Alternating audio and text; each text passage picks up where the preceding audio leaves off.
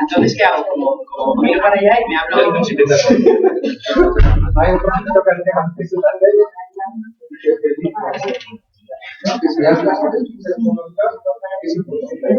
A mí me ha pasado entrevistas de radio de ella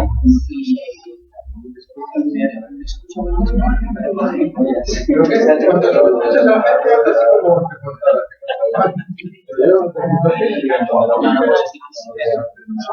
Pero digo, aquí ha montado un sistema de grabaciones múltiples, porque se ve el espejo y se graba lo del espejo, ¿sabes? Unas meninas, es una cosa así.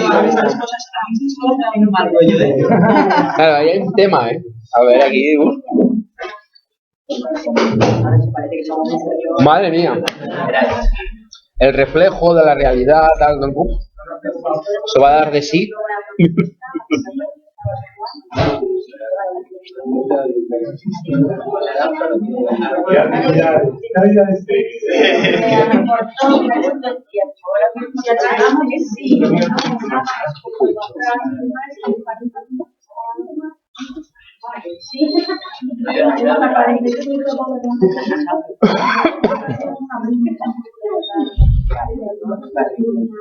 Si me paso,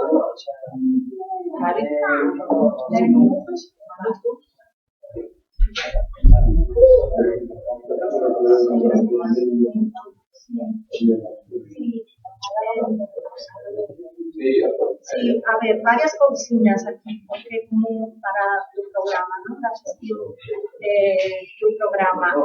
Pensamos que podíamos atrasar, dejar 1 hora y media para Chantal, o sea, llevar a las 2:30, está bien para todas, sí, para darle espacio suficiente a que las cosas se expongan y abrir un pequeño espacio de coloquio. ¿Hay alguien que no estuviera apuntada para Chantal que se quiera quedar a Chantal? ¿Puede levantar la mano?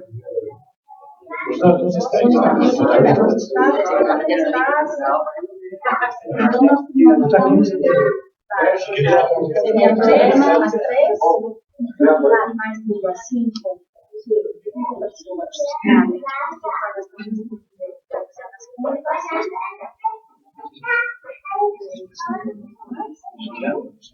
¿Comenzamos entonces? Vale, vamos a comenzar por el... Bueno, pues primero de todo, gracias por la invitación. La verdad es que es un placer, teniendo en cuenta en los últimos tiempos ando en este equilibrio entre lo institucional y el activismo. Es un placer compartir estos espacios, la verdad. Yo voy a seguir un poco la línea, y bueno, ya lo vimos ayer con una previa, ¿no? Vamos a buscar un poco la complementariedad entre la exposición que ha hecho Busqueta sobre cuál es la dinámica del capitalismo y yo voy a intentar aportar la visión de qué función tiene la pobreza, la exclusión social, la marginalidad dentro de esta evolución social, dentro de esta evolución del sistema capitalista. Porque de hecho el nacimiento de la pobreza como problema social tiene mucho que ver con el capitalismo. Siempre ha habido periodos de escasez, siempre todas las sociedades humanas saben lo que es no poder cubrir las necesidades básicas, pero la concepción, la construcción social de lo que denominamos pobreza es una construcción social que surge con el capitalismo. La problematización de la pobreza es, en gran medida, un fruto de la modernidad. Y la modernidad y el capitalismo van de la mano, ¿no?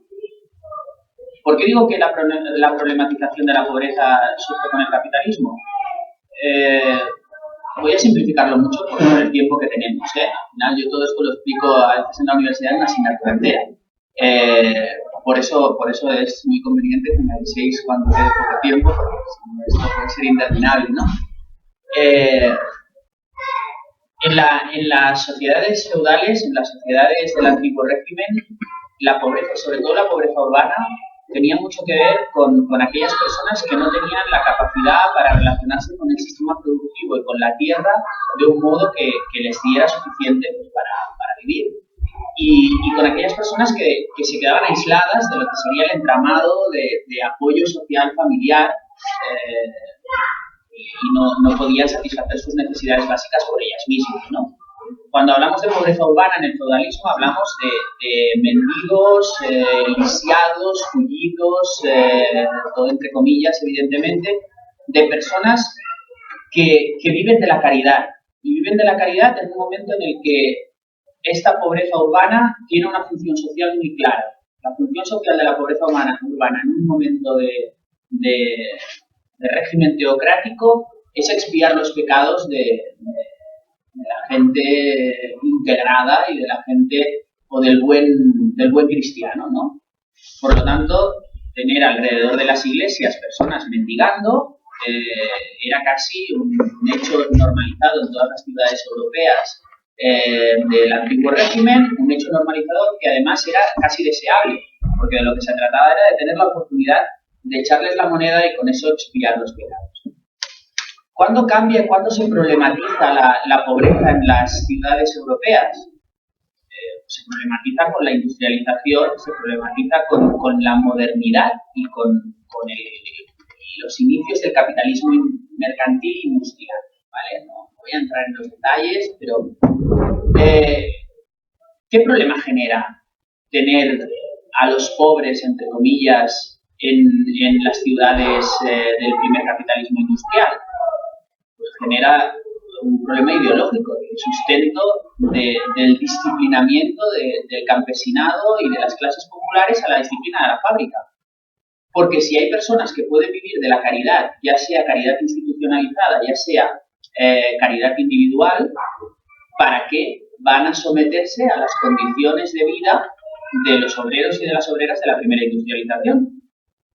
Por lo tanto, siguiendo el principio liberal de la menor elegibilidad, la sociedad debe conseguir que sea, o que la persona que vive de la caridad siempre viva peor que el peor de los obreros y obreras, que la peor de las familias obreras. No puede ser que alguien pueda vivir de rentas sin someterse a la disciplina de la fábrica. Y este principio, de hecho, se aplica a día de hoy incluso. Cuando hablan de las estructuras de incentivos y de que las rentas garantizadas desincentivan que la gente busque empleo, están recurriendo a esta idea de la menor elegibilidad. Y a esto volveremos después, ¿no? Por lo tanto, empieza el problema de tener ciudades con personas que no están, con estilos de vida que no están sometidos al empleo industrializado. Personas que además, en muchos casos, vienen del entorno rural y vienen de un entorno rural del cual se les ha expulsado. No entraré en detalles, pero supongo que todos y todas las que estamos aquí no hay nadie que tenga todavía idealizado el tema de que las migraciones campo-ciudad, que es un proceso que empieza con la modernidad y que todavía no ha terminado, son migraciones que se dan por el placer de ir a vivir a la metrópolis dinámica y súper atractiva. O sea, el proceso de expulsión y de vaciado del campo se produce en muchos casos a través de la desposesión y de la violencia extrema. Y en los primeros compases de la industrialización, sobre todo en el norte en Centro Europa y en el Reino Unido, esta desposesión se produce por las armas y de formas violentas o aplicando violencia extrema sobre el campesino, ¿no?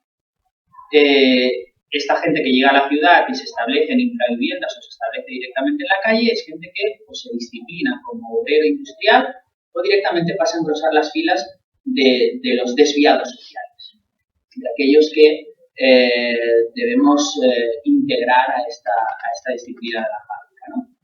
Y de ahí nacen pues, conceptos como las casas de trabajo o como las casas de arrepentidas en Castilla. Me viene a la cabeza más que nada porque me parece un nombre curioso, ¿no?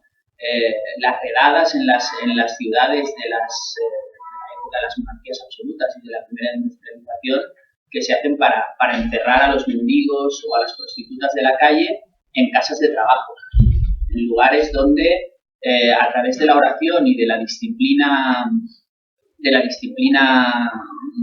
trabajo industrializado y siguiendo una condena, es decir, a través del encierro involuntario, se trata de reconducir las vidas de estas personas desviadas que viven de la caridad y de la mendicidad, de este vagabundeo de ciudad en ciudad.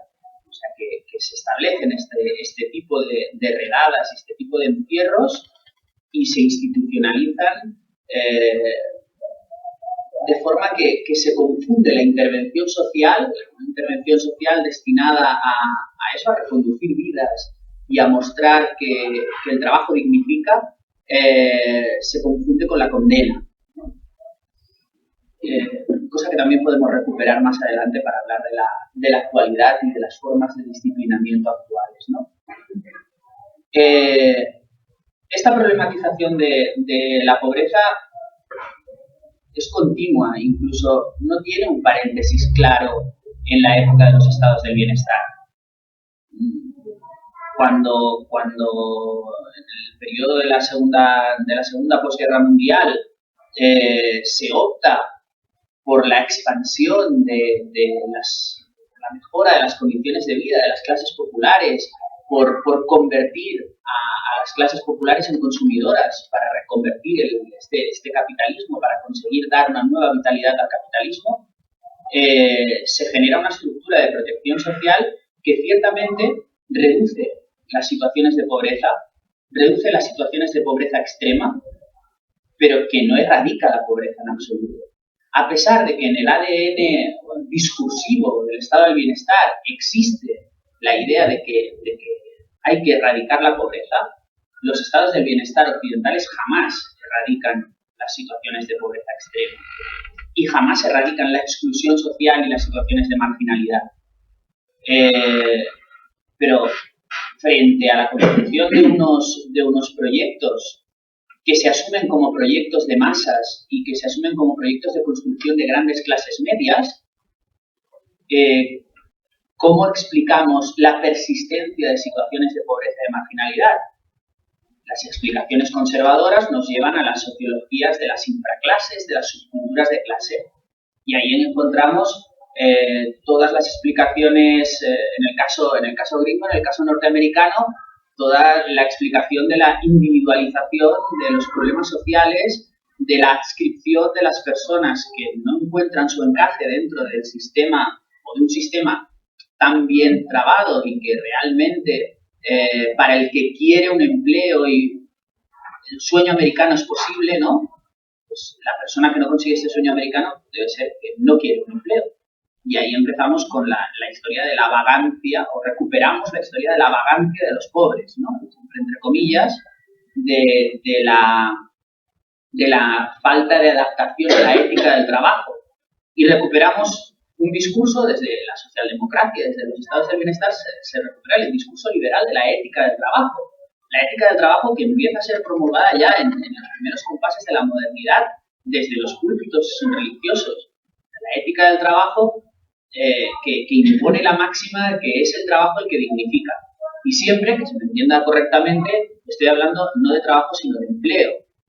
Porque estamos hablando del empleo dentro de las estructuras capitalistas asalariadas y sometidas al entorno empresarial. Porque los otros trabajos quedan totalmente ocultos y quedan totalmente apartados de la mirada de los análisis de la mayoría de las ciencias sociales, ¿no? Por lo tanto, la ética del trabajo sirve una vez más en el entorno de los estados del bienestar para criminalizar y estigmatizar a aquellos que quedan fuera de las estructuras sociales mayoritarias. Pero si uno analiza quién queda fuera de las estructuras sociales mayoritarias, y me refiero, por ejemplo, al tema de Estados Unidos, porque hay mucha más literatura, pero luego vuelvo a Europa, en el caso de los Estados Unidos estamos hablando del gueto afroamericano. El gueto afroamericano, donde se culpabiliza al mismo habitante del gueto de sus problemas individuales de adaptación social, como si las y los habitantes del gueto tuvieran otra opción o tuvieran opción de integrarse en una sociedad mayoritaria cuando hasta los años 60-70 existe un apartheid efectivo en los Estados Unidos. Por lo tanto, es muy curiosa esta convivencia de una literatura sociológica científica de los habitantes del gueto como elemento alterizado, como unos otros, con defectos individuales, con incapacidades de adaptación, con pautas, incluso hábitos sexuales desviados, con esta manía de la promiscuidad, de tener muchos hijos, con unos estereotipos como el de la matrona que vive de las ayudas sociales y que tiene hijos para cobrar las ayudas sociales, como si eso te sacara de pobre, ¿no? Todos estos estereotipos conviven con la construcción de una especie de estado del bienestar en el marco del New Deal. Y conviven con una legislación que restringe los derechos de las personas afroamericanas. Ahí hay mucha literatura, aquí quizá hay menos, pero también tenemos muchas referencias a nuestras formas de marginalidad que no han querido adaptarse a la sociedad mayoritaria. A nivel europeo, que es donde había estado el bienestar, porque el conato de estado de bienestar o el sucedáneo de estado de bienestar que teníamos aquí, pues no cuenta, pero a nivel europeo tenemos muchas minorías que sufren este apartheid también, que sufren esta marginalidad, ya sean minorías de origen postcolonial, migraciones de excolonias, y ahí podemos ver los barrios marginales de París, donde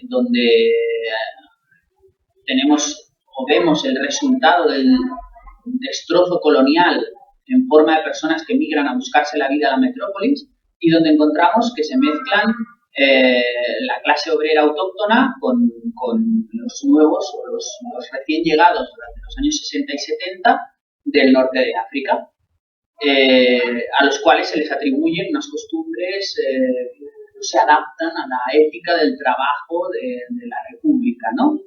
Y donde se generan unos barrios de conflictividad y marginalidad sobre los cuales hay que intervenir.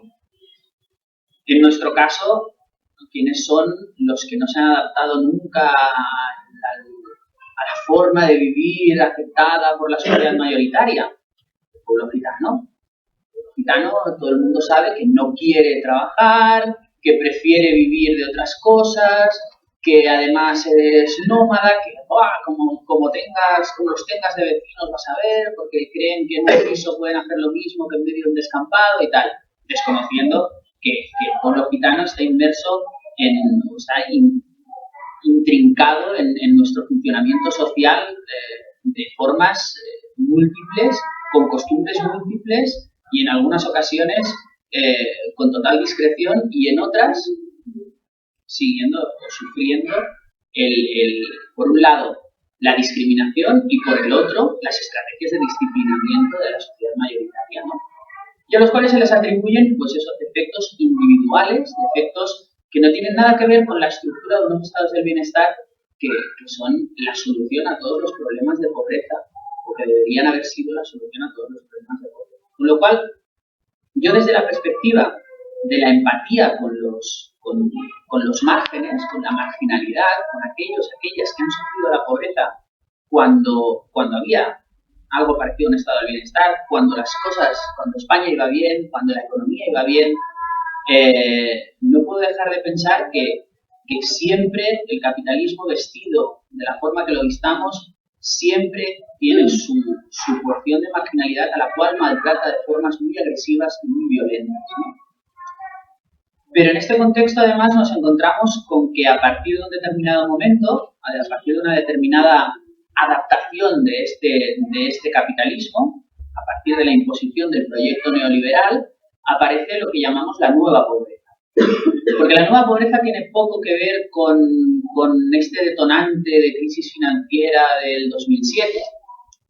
A pesar de los pesares, a pesar del discurso periodístico, los nuevos pobres no son los empresarios venidos a menos o las clases medias venidas a menos, no son los que han estudiado mucho y han tenido que emigrar para ganarse la vida y están fregando váteres en Londres. Esto no son los nuevos pobres desde el punto de vista, o no es la nueva pobreza desde el punto de vista sociológico. Digo a pesar del discurso periodístico, porque yo cada vez que he publicado un informe sobre la situación de las personas sin hogar en Barcelona, no ha faltado vez que algún periodista me pidiera que le pusiera en contacto con alguna persona sin hogar de la ciudad de Barcelona que tuviera carrera universitaria o que hubiera tenido un negocio que le hubiera ido mal. De entrada yo no los pongo en contacto con nadie porque entiendo que si son periodistas que se buscan la vida, que salgan a la calle. Pero por otro lado, también pienso, y con cualquier otro motivo por el cual la gente acabe durmiendo en la calle, cualquier otro motivo no te sirve, tiene que ser esta trayectoria. Y efectivamente tiene que ser esta trayectoria, porque el mundo del periodismo se nutre de personas que vienen de la autoconcepción de clase media y lo que quieren ver en esta nueva pobreza generada por esta crisis es cómo sus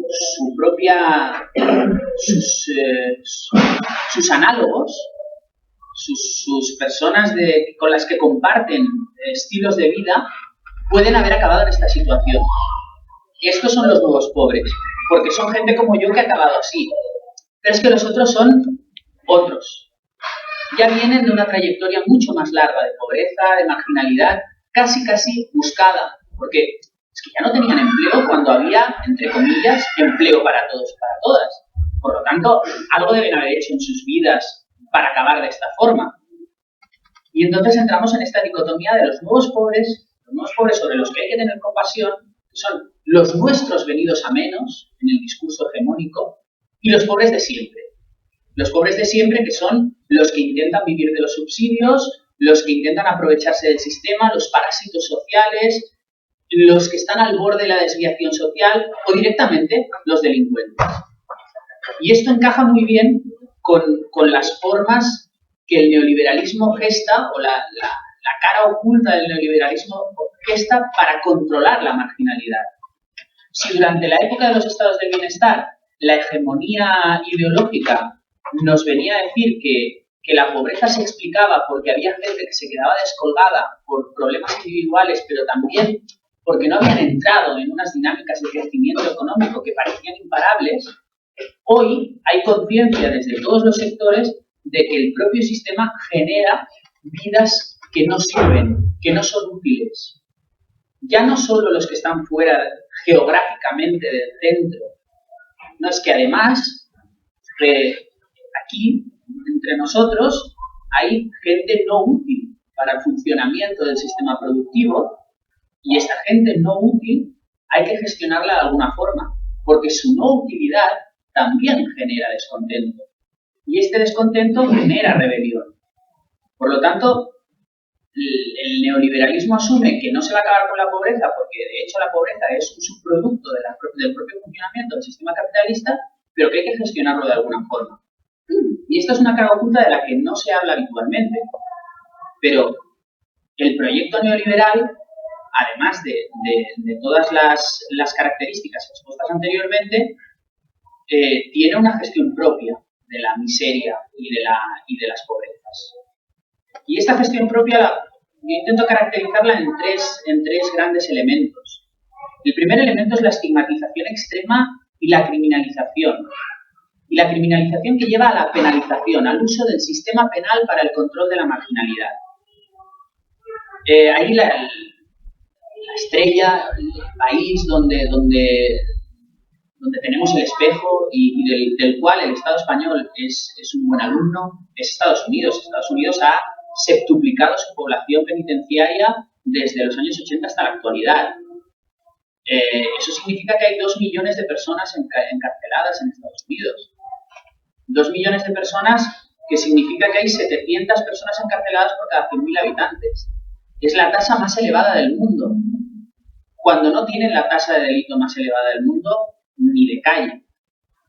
Estados Unidos es un caso paradigmático de cómo el neoliberalismo intenta encerrar a sus subproductos, sus problemas sociales, en prisión. Pero nosotros tampoco lo estamos haciendo muy mal en ese sentido. El Estado español es el país de la Europa occidental con una tasa de población reclusa más elevada. Hemos pasado de ser el país con menos población reclusa en las posimetrías del franquismo, a finales del franquismo teníamos una tasa de población reclusa bajísima, mucho más baja que la de Francia. Estábamos en menos de 70 personas encarceladas por cada 100.000 habitantes. Hoy estamos alrededor de las 140 y pico personas encarceladas por cada 100.000 habitantes y venimos de un máximo histórico en el 2009 de 170 personas encarceladas por cada 100.000 habitantes. Muy por encima de nuestros vecinos, muy por encima de las 90 de Portugal, muy por encima de las 100 de Frankfurt. Se establece una correlación, si miramos los diferentes países de la Unión Europea, se establece una correlación entre el gasto público en protección social por habitante y el número de personas y la tasa de personas encarceladas. Los países, sí. ¿Se consideraría también acceder a internamiento extranjeros de menores? Sin contar centros de internamiento de extranjeros de menores. Estoy pensando únicamente en el sistema penitenciario. Y hay una desconexión entre delito o entre tasas de delito y personas encarceladas. Sí que es cierto, durante los años 80, el incremento de la delincuencia vinculada con la época de la heroína hace que haya un incremento de delincuencia en paralelo al incremento de personas encarceladas. Pero eso desaparece a partir de principios de los 90 y a partir del 95, con el primer Código Penal de la democracia, se endurece de tal forma el Código Penal, se alargan las penas y además se amplían los supósitos por los cuales la gente va a parar a prisión y lo que conseguimos es ir acumulando un stock de personas encarceladas cada vez más grande hasta llegar a las cifras récord, como os decía, 2009. Y tenemos una pequeña bajada desde 2009 porque hay políticas en las que no voy a entrar en detalle porque llevarían también una sesión muy larga de explicaciones. Hay políticas de quitarse de encima presos.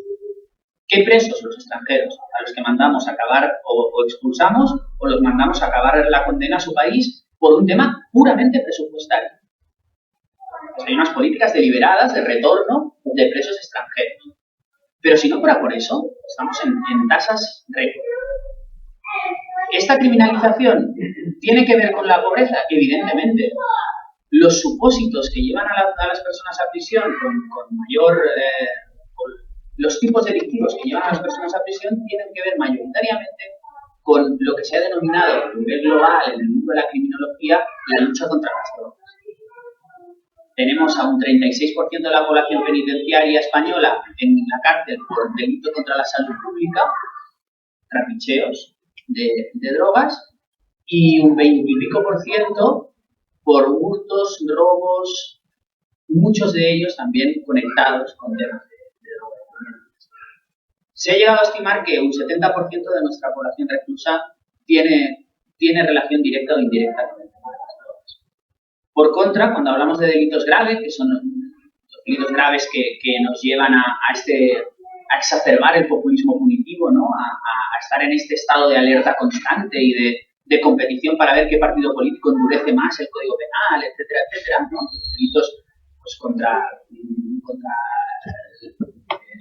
los homicidios, los delitos sexuales, etcétera, etcétera, no llegamos ni al 10% de la población reclusa.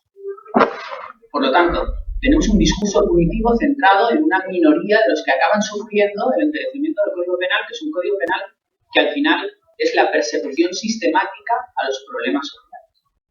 No entraré ahora tampoco en otro detalle, que es el tema de las tasas de enfermedad mental dentro de prisión y en los problemas de enfermedad mental que llevan a prisión. Porque estar en prisión y acabar sufriendo enfermedad mental es la cosa más complicada del mundo, pero que además la enfermedad mental sea causa de entrada en prisión significa que tenemos unos problemas sociales a los cuales estamos enterrando en el peor sitio posible para encontrar alguna solución, ¿no? Pero esta estigmatización y esta criminalización que justificamos a partir de las culturas, no podré entrar en detalle, pero de la cultura del civismo, de la cultura del orden y tal, va también a lo cotidiano, va también a cómo gestionamos las ciudades. El espacio público se convierte en un espacio donde o consumes o transitas para desplazarte de un lado para otro, pero el espacio público está altamente controlado, con la cultura del civismo nos hacen ser cómplices, o con la cultura de la seguridad ciudadana nos hacen ser cómplices de este control, se instala la idea de que tenemos derecho a una especie de seguridad ciudadana que tiene que ser garantizada a través de un control social externalizado, es decir, nada de dinámicas comunitarias. Tenemos que tener agentes externos en forma de policías o en forma de educadores de calle que limpien las calles de los problemas sociales y que, por ejemplo, den salida a las quejas vecinales cuando hay una persona sin techo ocupando algún espacio donde afea el paisaje urbano, ¿no? Y generamos dispositivos que sirvan para la institucionalización de los problemas sociales, ¿no? Con las personas sin techo llegamos a prohibir en ordenanzas municipales dormir en la calle y en contraprestación creamos albergues donde puedan ir a dormir cuando sabemos que la complejidad de la situación de dormir en la calle no se soluciona precisamente con albergues, ¿no?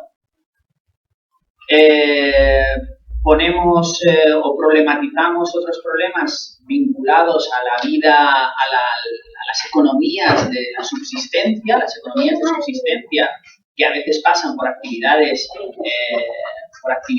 ilegales, criminalizándolas cada vez de forma más dura a través de leyes pues, como la Ley de Seguridad Ciudadana o a través de endurecimientos del Código Penal. Por lo tanto, utilizamos legislaciones muy duras para cargar contra los colectivos más vulnerables, que en muchas ocasiones también entroncan con los flujos migratorios, porque los colectivos más vulnerables son colectivos que vienen también lo que comentaba antes, de los que no se van a quedar esperando a ver cómo nos va en los países enriquecidos mientras ellos están en la miseria. Por lo tanto, tenemos unos flujos migratorios totalmente imparables donde la estrategia de la Europa Fortaleza lo único que hace es generar más situaciones de precariedad y convertir el Código Penal y otras legislaciones adyacentes en fórmulas de gestión de las migraciones y en fórmulas de criminalización de la migración, ¿no? Entonces, tenemos un primer